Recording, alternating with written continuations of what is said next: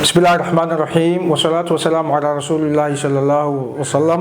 السلام عليكم ورحمة الله وبركاته. كدب فرافرينتي يوحك بدلكي شرعي درادة أها دستورك نظام كوحو هذا بلابي روايات ووغو يري ولولا دور الشو ولوغو تلقلي إنو كليجي تلي إسماعيل عمر جيلي مجراها الدلكة وشان سنة أو كله usii joogo arrintaasi waa gef iyo meel ka dhac ku ah karaamadeena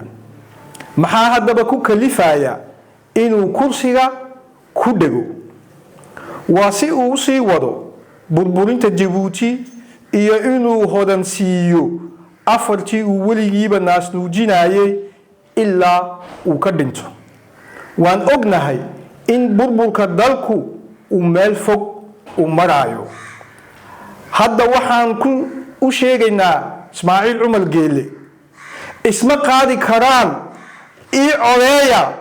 iyo caasimadda aan 27 sano aan madax ka ahaa waa caasimad qashinku meel walba u yaalo isma qaadi karaan codeeya iyo 27 sano ayaan ballanqaadyo aan waxba aanan ka oofin ayaan hadda dhalinyarada reer Djibouti ku meermeerin oo ay shaqo la'aan gidaarada ku hoos muusannaabayaan isma qaadi karaan codeeya iyo 27 sano ayaan nidaam caadi ah aan ka dhigay eexda iyo kala sooca qabiil codeeya iyo isma qaadi karaan 27 sano ayaan kari waaye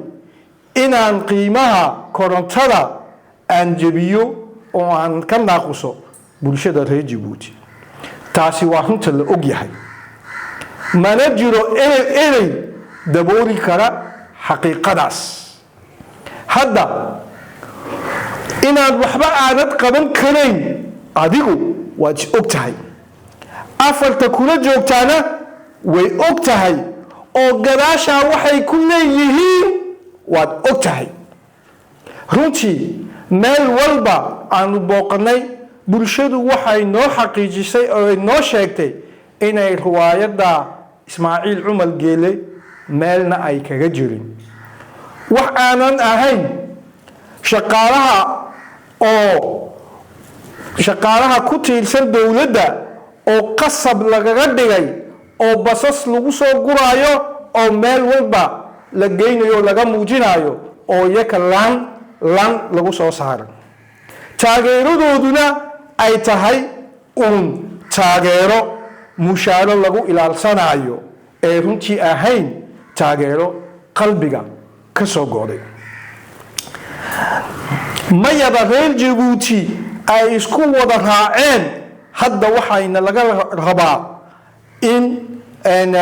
si ballaaran aynu u muujino oo cad